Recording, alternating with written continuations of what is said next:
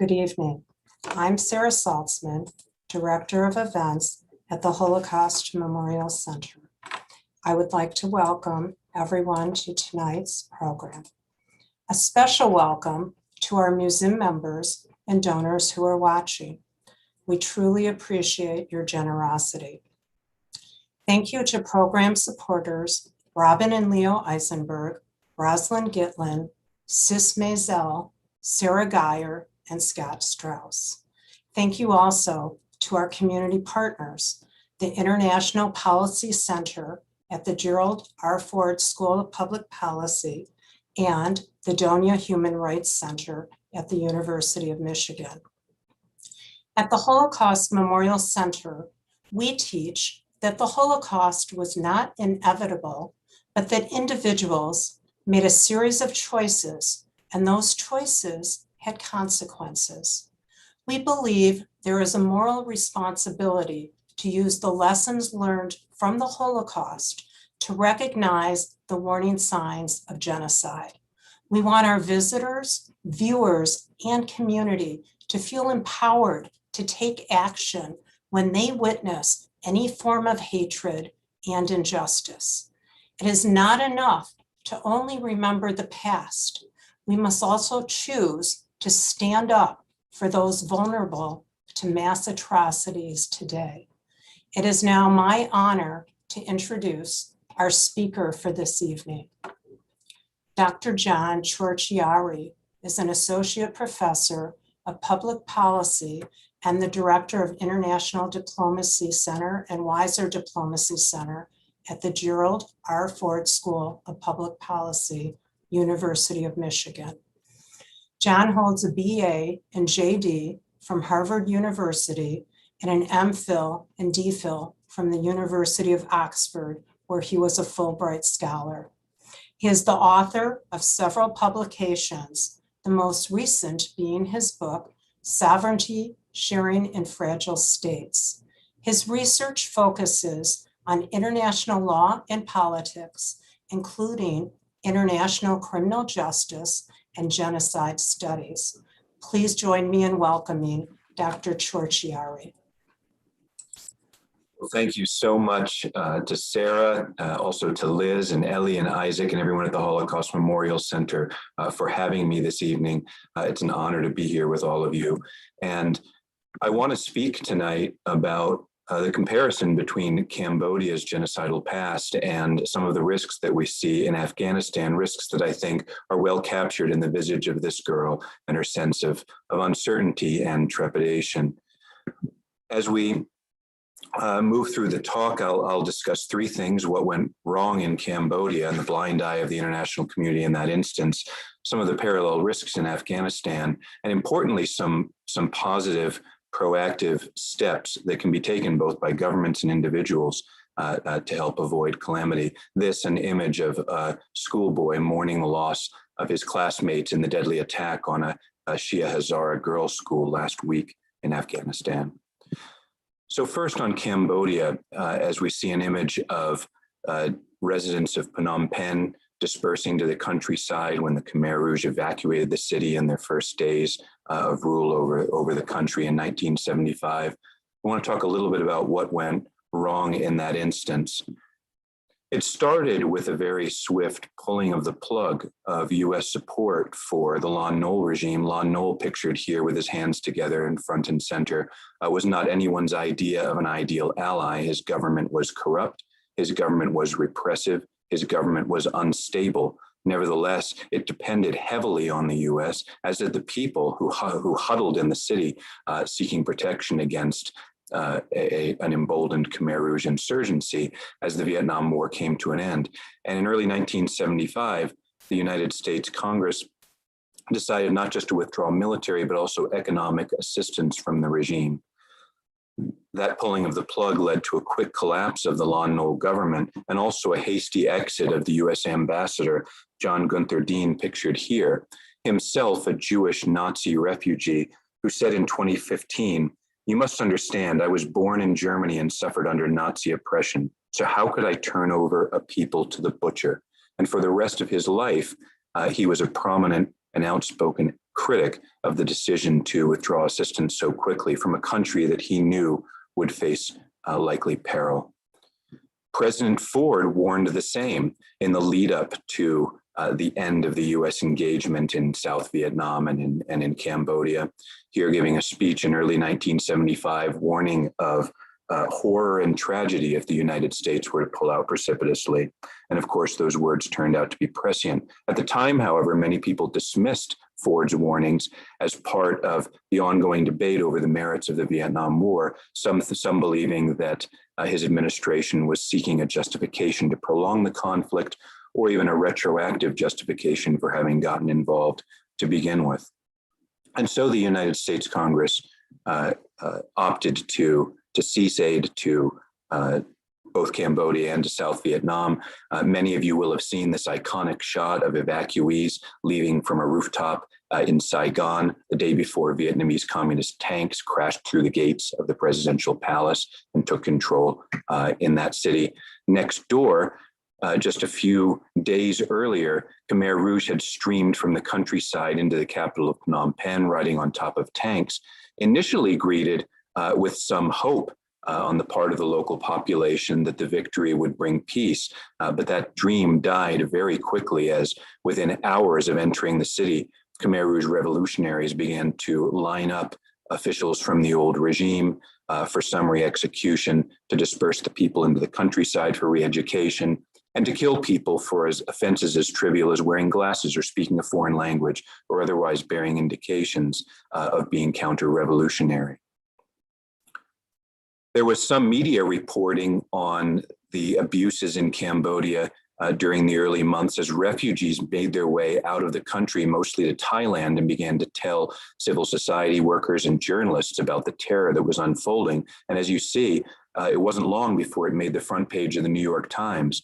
Nevertheless, for the most part, the warnings or even the evidence of atrocities in Cambodia were downplayed or ignored. A major reason, of course, being the so-called Vietnam syndrome, that after a long, agonizing struggle, both in Indochina and at home in the United States, most people did not want to contemplate getting back involved in that theater, and many wanted to, in a sense, turn their back on a very painful conflict. And so, despite increasing information about the scale of the horrors that were taking place under Khmer Rouge rule, there were weak Western responses as that news was either downplayed or dismissed. There were academic debates over whether the numbers were exaggerated or not, with some analysts speculating that many of the deaths may have been at the hands of the United States or its allies, and that this is all, again, a justification for the Vietnam War. Others trying unsuccessfully to convince both public audiences and elites that, in fact, a genocide was taking place.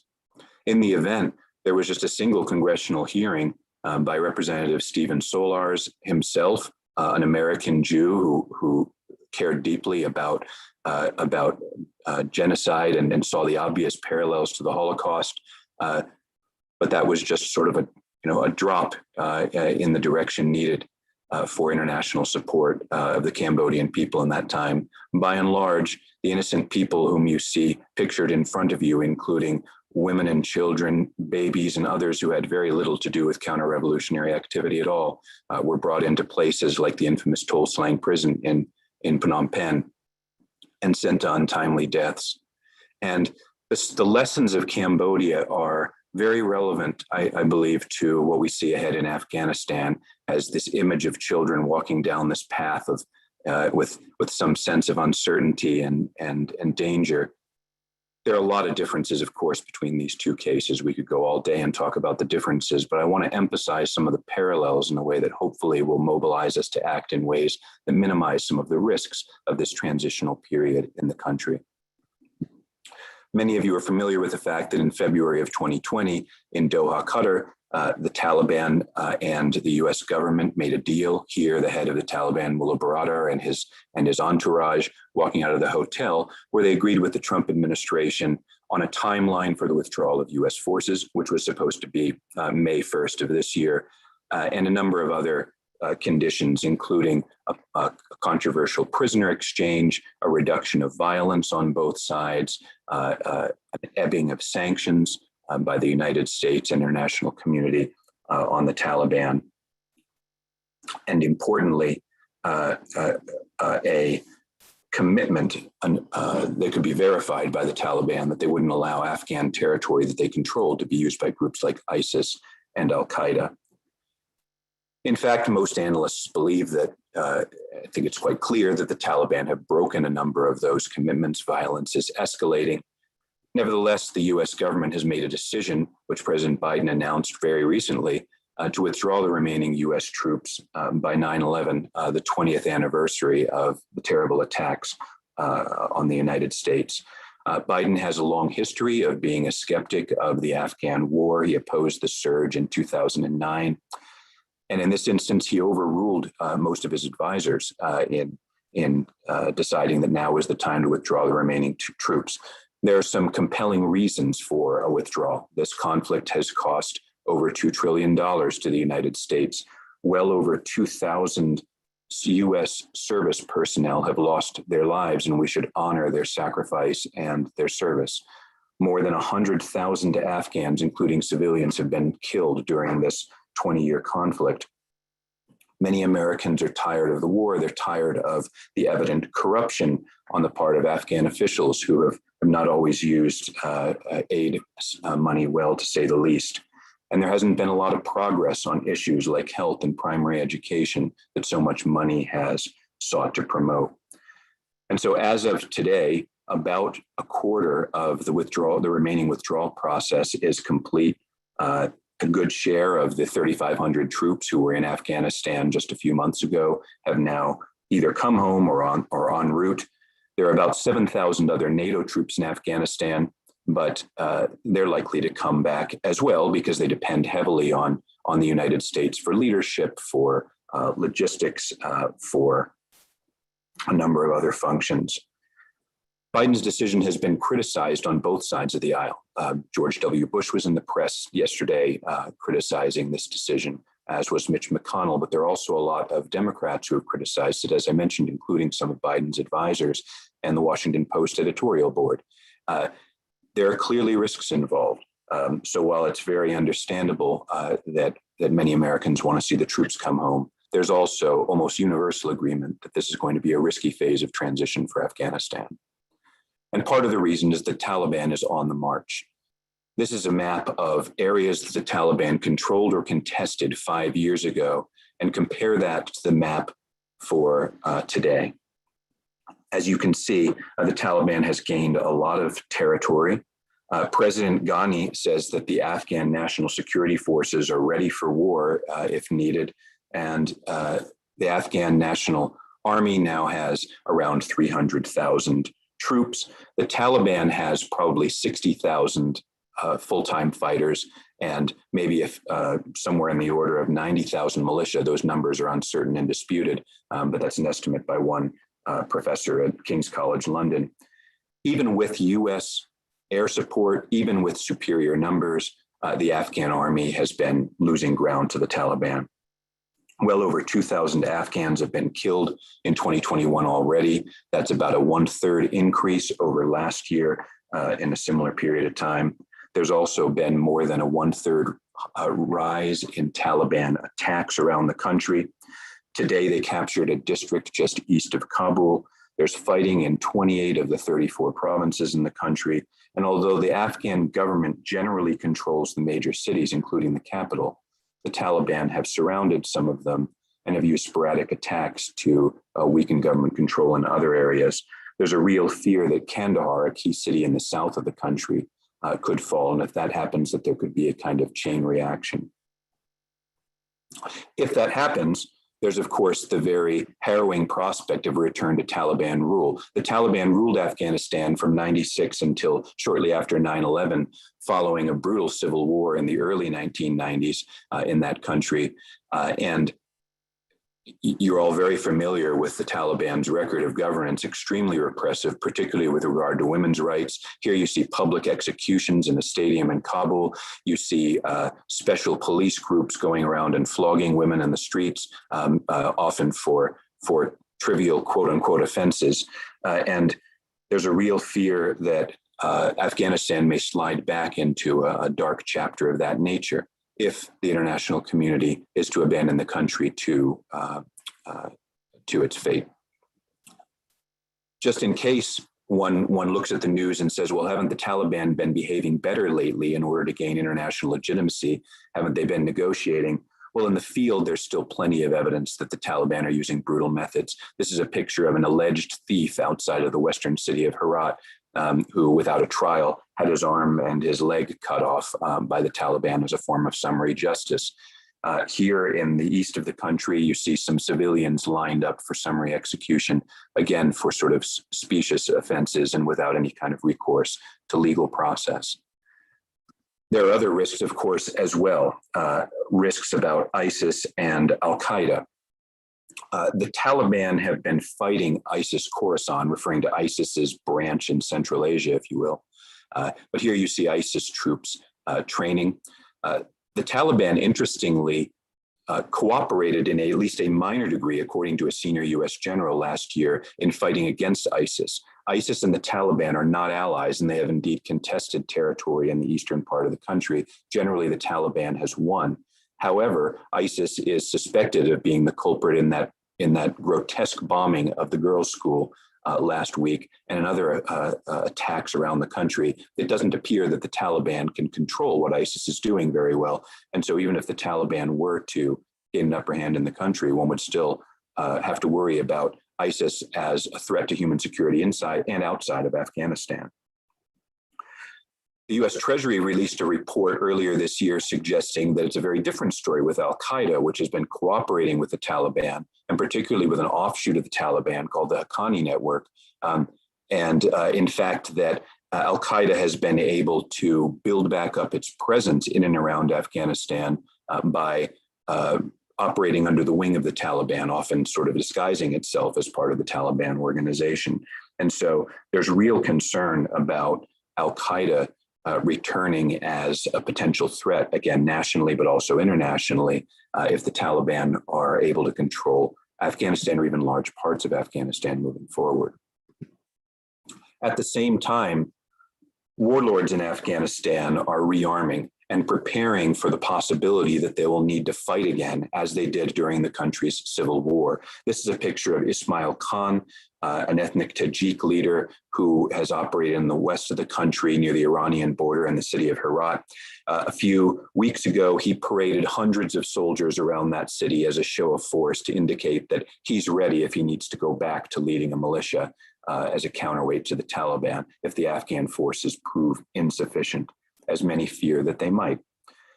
Gulbuddin Hekmatyar is another one, a Pashtun ex-warlord who's now in politics and who led a similar armed parade in Badakhshan in the northeast, just northeast of Kabul in the month of April. Ahmad Massoud is a 32-year-old son of Ahmad Shah Massoud, who you might remember is the ex-warlord whom Al-Qaeda killed as a sort of quid pro quo for the Taliban's permission to use the country as a base from which to target the US in 2001. This young Tajik leader operates in the Panjshir Valley, about 90 miles north of Kabul. And he said publicly last week in the media that although he has not activated a large armed force yet, he is prepared to do so quickly if the peace process goes south. And so we've got also Rashid Dostum, an ethnic Uzbek, a former vice president who has issued similar warnings in the north of the country, where his forces have recently been accused of capturing and putting Taliban prisoners to death without any kind of legal proceeding. And there are others. This is just some of the many figures in Afghanistan who are worried about the prospects of the Afghan army fighting the Taliban without the United States support, and who therefore are taking what they see as preventative measures, and that could be a prescription for an intensified civil war. Meanwhile, the Afghan government continues to struggle. In May 2020, these two men, President Ghani and Abdullah, formed a pact, a power-sharing deal, months after another contested election in Afghanistan that Ghani won in September 2019 and that Abdullah disputed. Ghani is now the president, but Abdullah is the head of the Peace Council and negotiating with the Taliban. They've split the cabinet 50-50. They split provincial governor posts, but they're political rivals. And this is the main sort of axis of disarray in the Afghan government, but it's not the only one. And so this vulnerable government is internally riven at the same time that it is very concerned about the loss of its support from its major partner.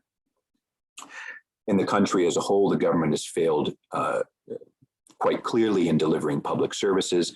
There's mass poverty to the point that nearly 3 in 5 Afghans now survive on less than $1 a day.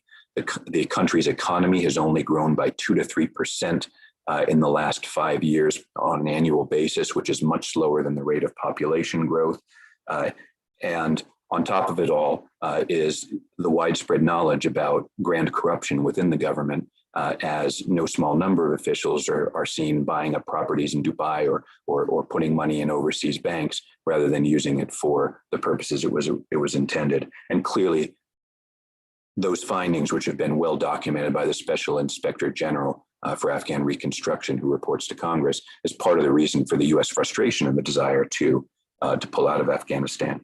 And so there are mounting risks. There are risks of a Taliban takeover and reprisal killings of those who have worked with the Americans or have at least opposed the Taliban.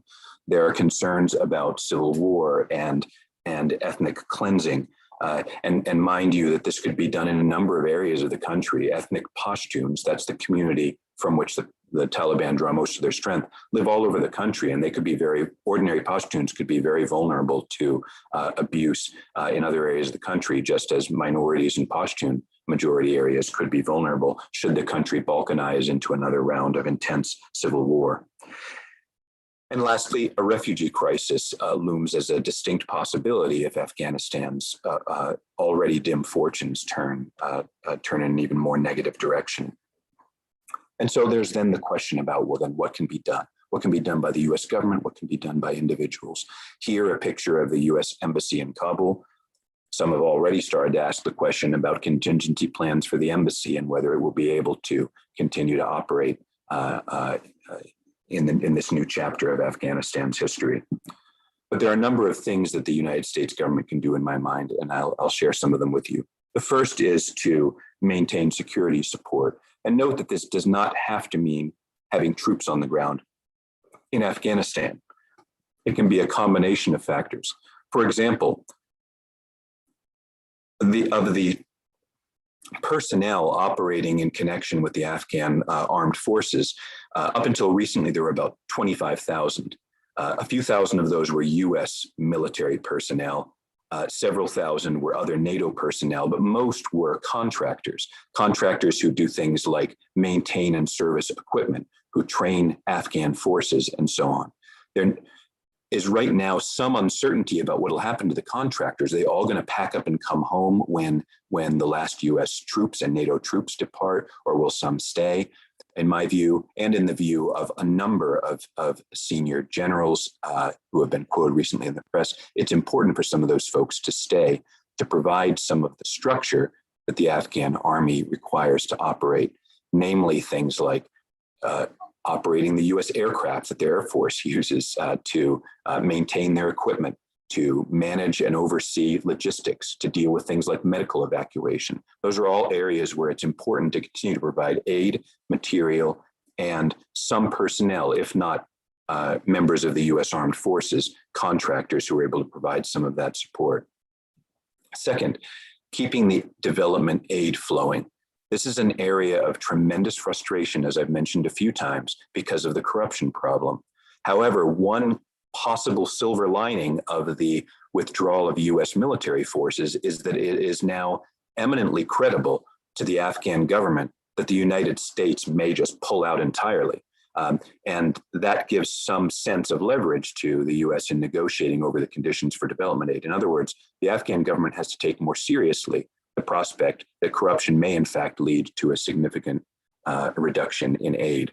And some of that aid will have to keep going to the Afghan government, even if corruption remains a challenge. 75% of government expenditures in Afghanistan are funded by overseas grants. And so a sharp contraction of international development assistance for Afghanistan would almost certainly bring about an implosion in the government. There needs to be some continued public sector support. There also needs to be support through NGOs, civil society groups, in a way that enables service provision in areas where the government's not doing its job well. And thirdly, and probably most controversially, there have to be elements of the development package that involve the Taliban in order to create incentives for the Taliban to moderate its behavior and to be responsible in the areas that either already controls or that will control moving forward. One possibility is the much discussed TAPI or Turkmenistan, Afghanistan, Pakistan, India pipeline pictured here. This pipeline project is designed to get natural gas from energy-rich Central Asia to energy-needy India and Pakistan, and would pass through Afghanistan, including through some hotly contested areas of Afghanistan. Projects like this are, of course, very risky financially and politically, but may be a means for trying to find common cause, both among the various Afghan factions and among their regional partners, who all have interests in making money off of the pipeline and seeing energy get to the destinations where it's needed. A third thing is to engage with the regional neighbors. Now, this photo is not a lineup of America's best buddies in foreign affairs, but the United States government needs to engage and talk to these folks about Afghanistan to try to develop a modus vivendi in and around the country. Each of the men you see pictured here and others have profound interests in the country. If we just look at a map, Pakistan is the obvious #1 player because it shares a long border with Afghanistan, but also because the Pashtun population, shaded here in green, exists along both sides of the border, a border that was drawn by the British during the colonial era and that many Pashtuns reject as illegitimate. If Pakistan continues to behave in the way that it has in the past, it will have an ambivalent relationship with the Taliban. It has long seen the Taliban both as a threat. Remember, ex-Prime Minister Benazir Bhutto was assassinated by the Taliban. In 2015, an Air Force base in Peshawar was attacked by the Taliban. At the same time, the Pakistani Inner Services Agency, which is sort of an intelligence arm, and the Pakistani military have long seen the Taliban as a useful instrument for achieving what they call strategic depth with India. That is to say, we don't want to fight on both sides. We want to make sure that whoever is up toward our northwest is a friendly force so that we can concentrate our efforts toward our much larger historical adversary, India, toward the east. And the current Pakistani Prime Minister, Imran Khan, has often been faulted for being too sympathetic to the Taliban. Even last year was criticized in the media for referring to Osama bin Laden as a martyr. And so there's some question as to whether Pakistan can come along. But the United States is clearly going to need to think about its leverage with that country in order to provide a sort of foundation for a diplomatic solution. Other powers in the region also have interests in stability in Afghanistan. Although the interests aren't identical, they may converge enough for an arrangement to hold. China is concerned about general instability, including the presence of radical organizations in Afghanistan that could correspond in some way with populations in Western China that it's concerned about. Iran is concerned about instability on its border, as well as the rampant opium trade that emanates from Afghanistan and that has created one of the world's biggest drug problems in Tehran. If you look at the Central Asian states and Russia, they also have some interests, not just in sort of energy diplomacy, but in stability.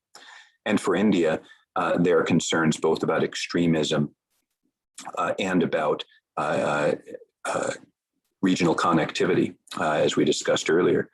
India has been one of the biggest development partners for Afghanistan to date, thus far not playing a significant military role, which of course would be very provocative to Pakistan. But India clearly is a country with an interest in playing a part in the Afghanistan's future, and has the means to be, I think, an important friend and partner to the United States in that regard. All of these countries are going to have to come up with a framework that works in terms of some form of power sharing deal that's going to be sufficiently acceptable to everyone to avoid calamity in the country and a civil war that would be deeply destabilizing, that would damage all of the various interests that I've just summarized. And lastly, contingency planning. That's the job of Jake Sullivan and Tony Blinken with President Biden in the distance. They have to think about what the United States is going to do if, in fact, things don't turn out well in Afghanistan, if the peace process doesn't proceed, if it doesn't hold, if atrocities become prevalent. How is the United States going to respond militarily, diplomatically, economically? And one would assume that the process is already underway, but it certainly is going to be very important. And we don't have a lot of time because, as we mentioned earlier, the Taliban continues to gain ground in the country. Lastly, what about individuals? What can we do on our own?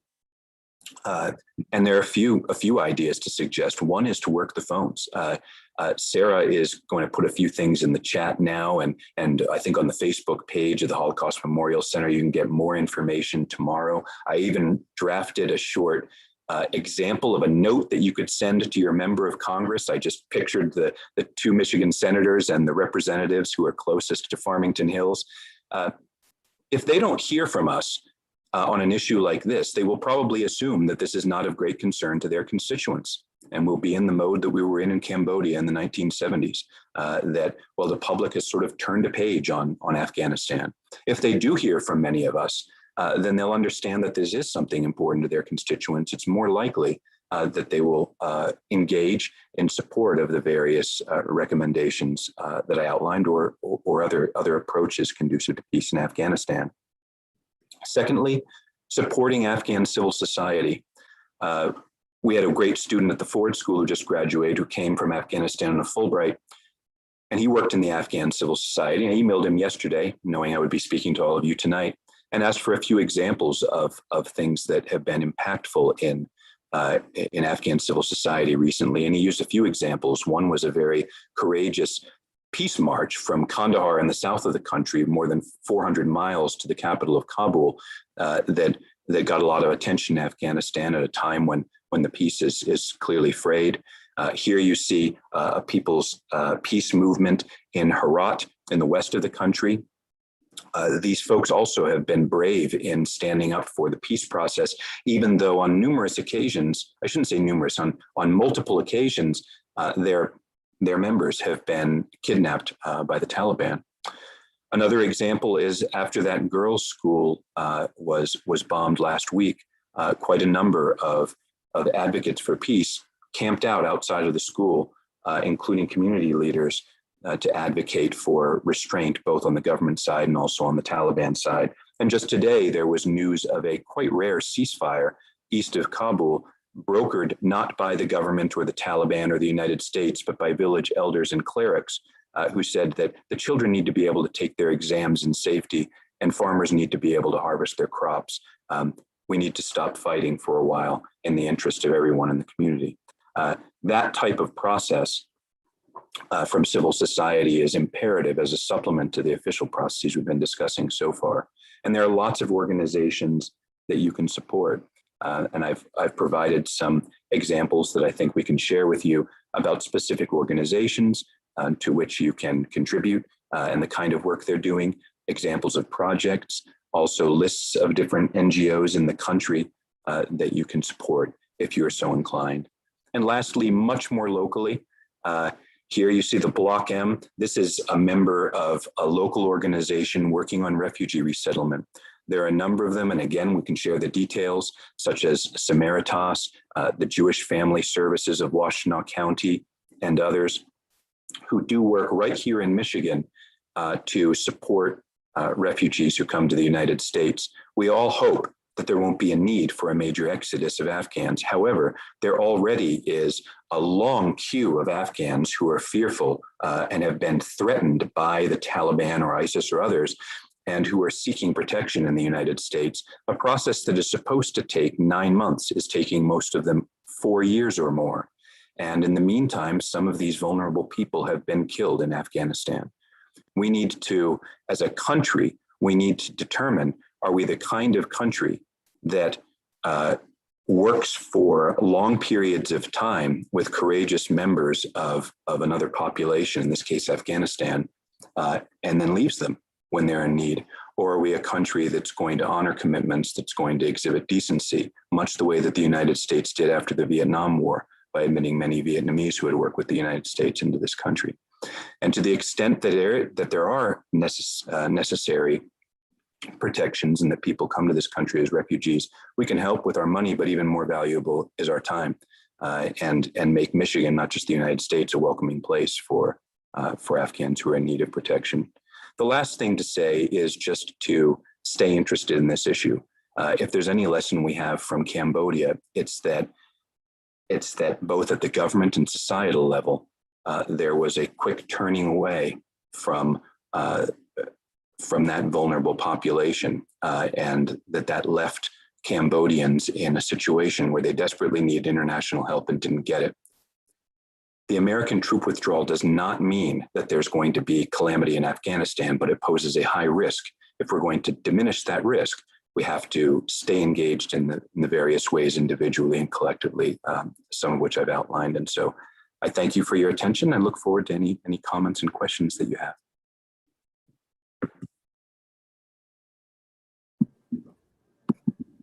John, wow. I just want to thank you, John.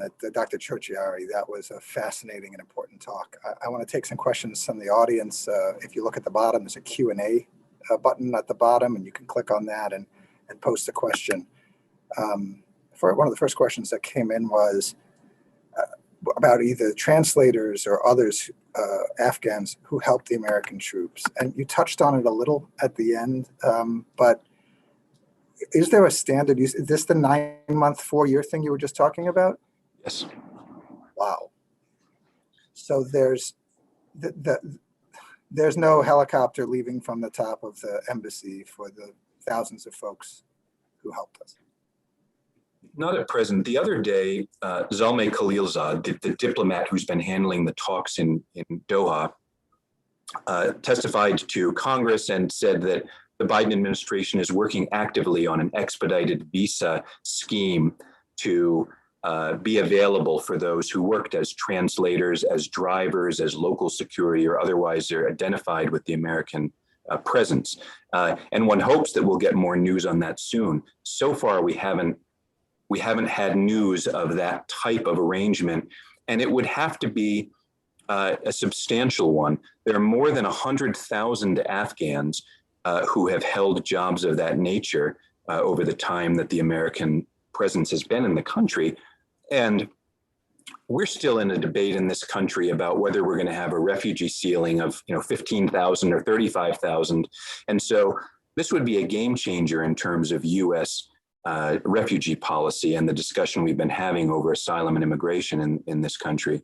And I think that needs to happen quickly. There is a rationale, and Khalilzad was honest about this. One doesn't necessarily want to advertise at a juncture when Afghanistan is fragile that we're preparing for calamity in a way that would make that a self-fulfilling prophecy. And so it would be eminently defensible for the Biden administration to do this somewhat more subtly or quietly. Nevertheless, the U.S. has to be ready. There's a very real possibility that if Taliban continue to expand their control over territory, and particularly if they enter the major cities, that people identified as having worked with the Americans will be subject to reprisal killings. The Taliban have said that explicitly. Scott asked, you talked about private contractors. Do you think that there's an appetite for Americans to work in what might become a suicide mission when the U.S. forces are no longer present?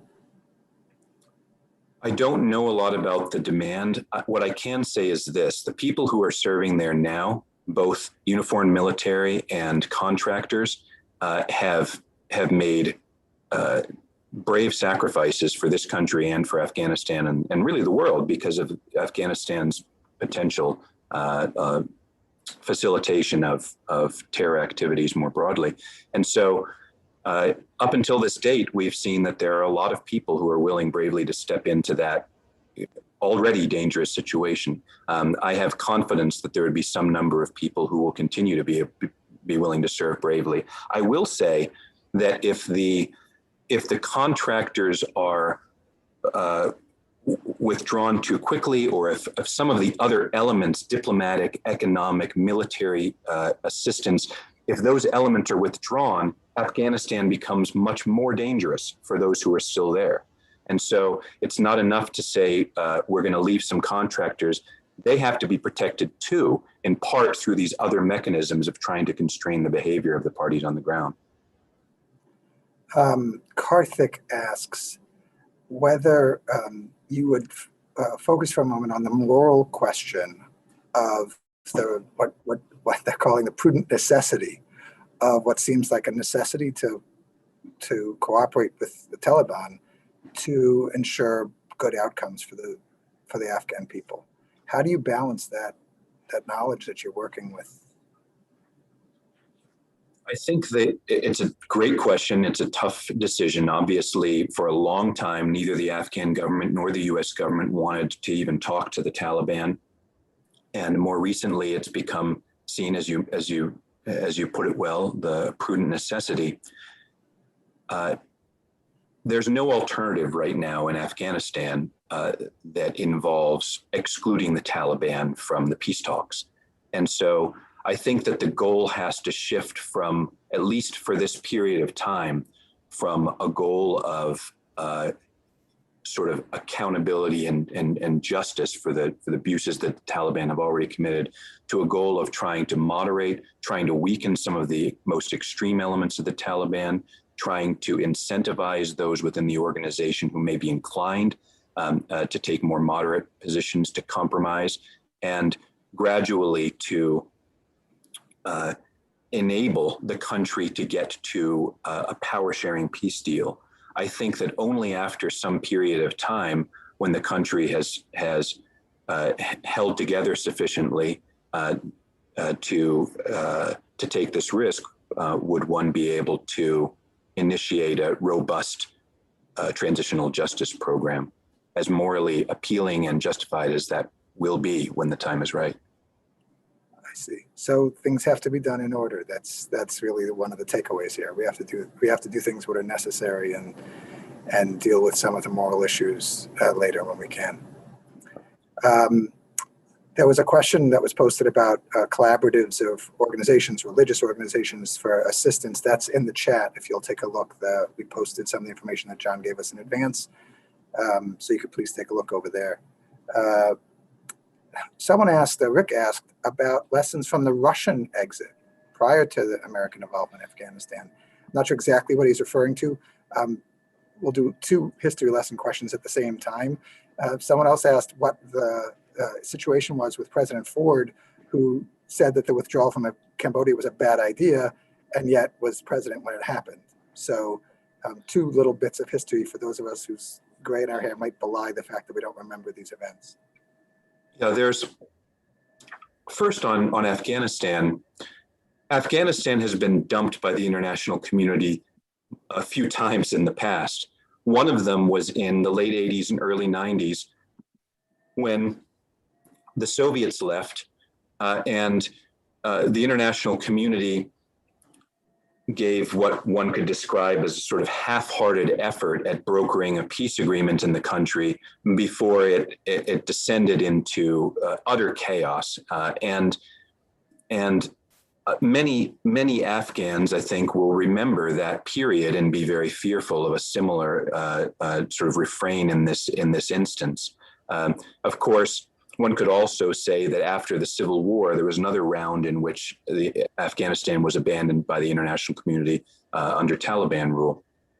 With regard to President Ford, Ford advocated in early 1975 for a continued U.S. involvement in Cambodia and Vietnam through supporting some of the forces there, but did not advocate for a major continued military presence in Indochina.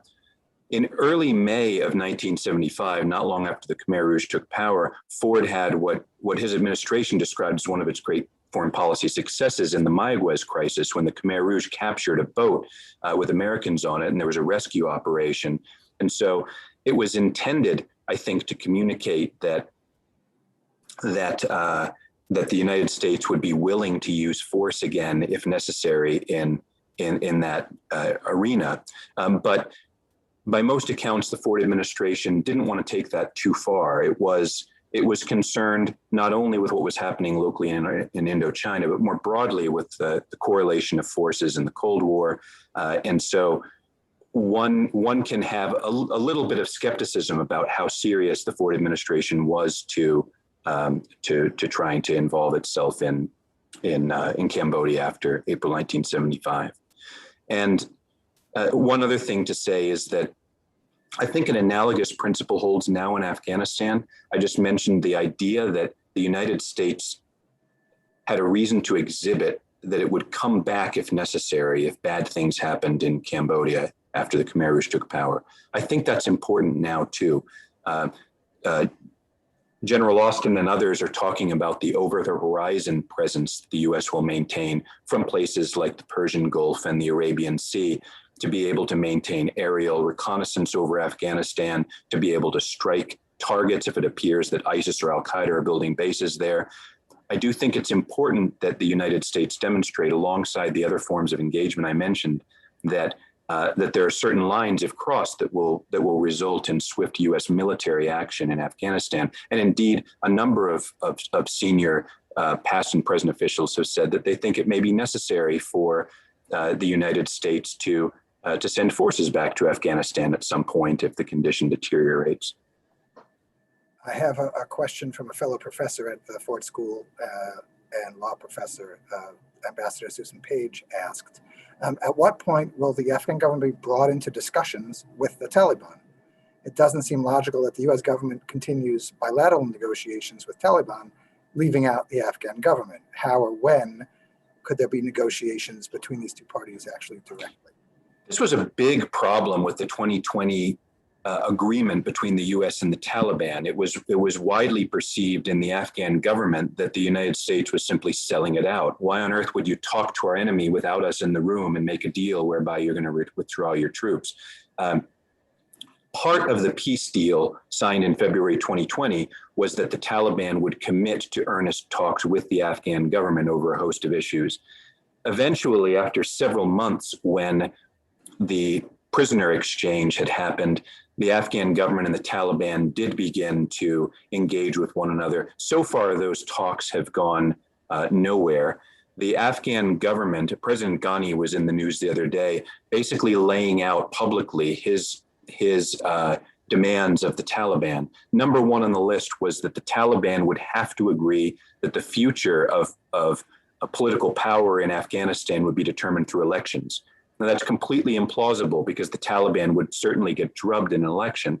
And so they're starting from positions that are very far apart. And the Taliban, for its part, has said, we are now past May 1st. You told us in that last peace deal that you'd be out by May 1st. Because you're not out, we are not going to talk to the Afghan government again until the last foreign troops' feet are off of Afghan soil. And that's a very sensible position for the Taliban to take if they want to strengthen their negotiating leverage. Wait until all the internationals are gone. Now we've got more leverage. Now maybe we'll talk, or maybe we'll just fight. And so there's a right now almost no momentum at all in the negotiations between the Taliban and the Afghan government. Tyler had asked, and then Fabrizio just asked a similar question, what the role is perhaps for the UN or for the other countries that have interests like China, Pakistan, India, Russia, what their role could be here in perhaps creating stability. I think this is a super important question. If there's one area where I would be most critical of the past couple of administrations in Afghan policy, it's been lackluster efforts to develop a sort of a regional diplomatic framework for Afghanistan that could provide a basis for a withdrawal of armed forces and management of the situation. So the United Nations, well, there are some roles for the UN with regard to sanctions and indeed part of the peace deal with the Taliban was that the US would work with the UN to reduce certain sanctions on the Taliban, and if they behaved themselves, they didn't, and so the sanctions haven't been lessened. But that's one possibility, is that the UN is an important sanctioning entity. Some people have said that the UN could send peacekeepers to Afghanistan. This did happen in that period in the early 90s with a sort of a very small peace operation in the country. It's very unlikely, I think, that countries will contribute troops to be armed peacekeepers in Afghanistan. It's just too dangerous a mission, and the kind of mandate that would be required is not one that the UN would normally take on for a peacekeeping operation. But it is possible that there would be a kind of political observer mission that the UN could send just to monitor, do the parties appear to be complying with their agreement. That depends to a large extent on whether the talks between the Taliban and the Afghan government get somewhere. There has to be some kind of an agreement to monitor in order for the UN to play that role. Maybe the UN can also help to broker and facilitate those talks, but it seems more likely that it'll be the United States and regional partners who have more clout with both sides. And that gets to Tyler's question about what regional actors can do. As I mentioned, the biggest factor is Pakistan. If the Pakistani government commits itself to denying support and safe haven for Taliban operating in Afghanistan, that's a major factor in the Afghan government's favor. I don't have a lot of hope that that will happen full stop, but I do think that other actors, including the United States, including perhaps China, which again doesn't want to see calamity in Afghanistan, friendly to Pakistan, but does not want to see a regional disarray. It's possible that both Beijing and Washington could use some influence with Islamabad to moderate behavior. I also mentioned earlier the idea of these sort of multinational development projects, whether that's part of the Belt and Road Initiative, whether it's a project by the World Bank or Asian Development Bank. I think that in some areas of the country that are still safe enough, this type of engagement can create a basis for some development and importantly, for regional actors to have common interests to protect in the country. I think that's important for them to build common interests that they then have incentives to defend. I have one last question before I do. There was a question that was posed. You talked about some of the non-Taliban leaders in the country, other than the Prime Minister, President. Are there places where we can look up those individuals, or can you give us perhaps that information and we can point to it from our website for people who are interested afterwards? Sure. I mean, there's right over my shoulder here, there's a book called Ghost Wars, which is an account about the period after the Soviet invasion. We're Googling as 9/11. Sorry? We're Googling as you speak. Oh, yeah. So feel free to Google it. So Ghost Wars by Steve Cole. And it's a great account of what happened to Afghanistan after the Soviet War and the Civil War era. And for better or for worse, you can learn about almost all the characters that I mentioned because they were all protagonists in the last round of major civil war in the country. And you'll be able to see, I think, in that and other texts documenting that period, what Afghanistan looks like if the central government is not able to hold.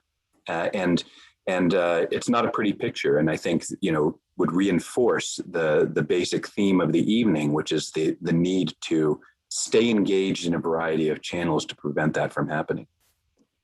Again, thank you so much, Dr. Ciorciari, for just such an enlightening presentation. I also want to thank our program supporters, the donors, community partners who help make this program happen. We appreciate everything that you do to support the Holocaust Memorial Center. And I invite all of you, if you're not already, to become museum members. You can go online to our website, holocaustcenter.org, or call us so we continue our work to fight hatred, anti-Semitism, and bring programs like this. On Tuesday, June 8th, we're going to have the pleasure of presenting a music recital called A Tribute to the Holocaust that features acclaimed violinist Arnaud Sussman. The program is inspired by Arnaud's grandfather's survival of Auschwitz and honors the memories of those lost in the Shoah. Arnaud is going to be joined by pianist Michael Brown, who will perform works of Jewish composers whose lives were directly impacted by World War II. To learn more, to RSVP, again, please visit our website, holocaustcenter.org. Thank you all for joining us.